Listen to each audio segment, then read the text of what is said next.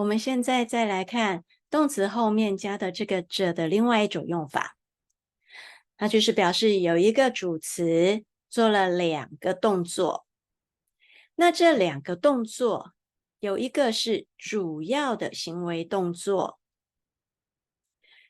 那我们要讲它这个主要的行为动作，它做的方法是怎么样，我们就在做的方法的那样子的行为后面加着，表示这前面的这个行为呢是方法，做主要行为的方法。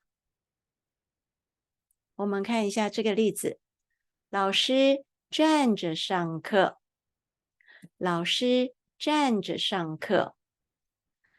老师他主要的行为动作是上课，老师上课。那他怎么样上课呢？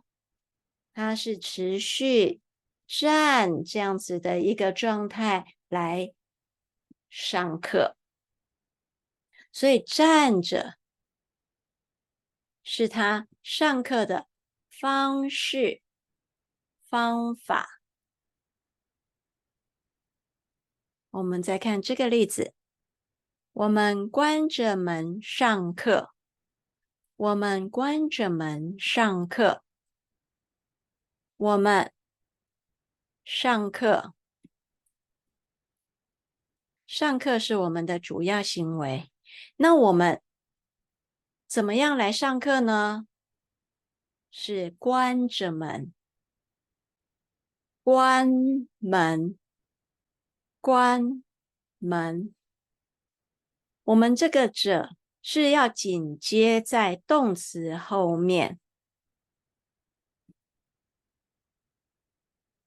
所以是关着门，而不是关门着。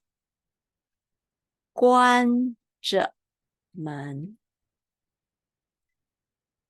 我们再看这个例子，他们戴着眼镜看书，他们戴着眼镜看书，他们看书，看书，这个看是主要的行为动作，他们做的主要行为动作。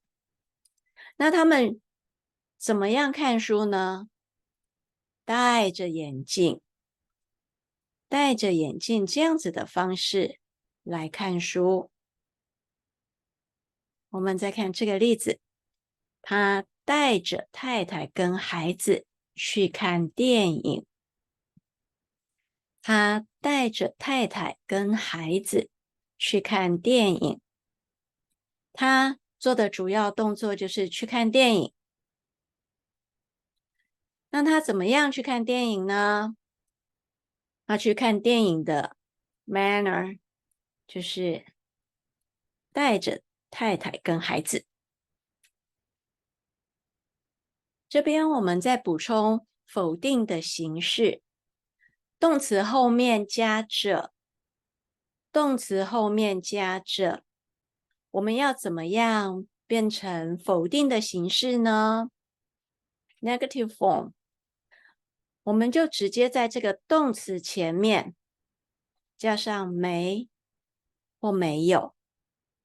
我们看这个例子，他手里拿着笔，他手里拿着笔，拿着笔。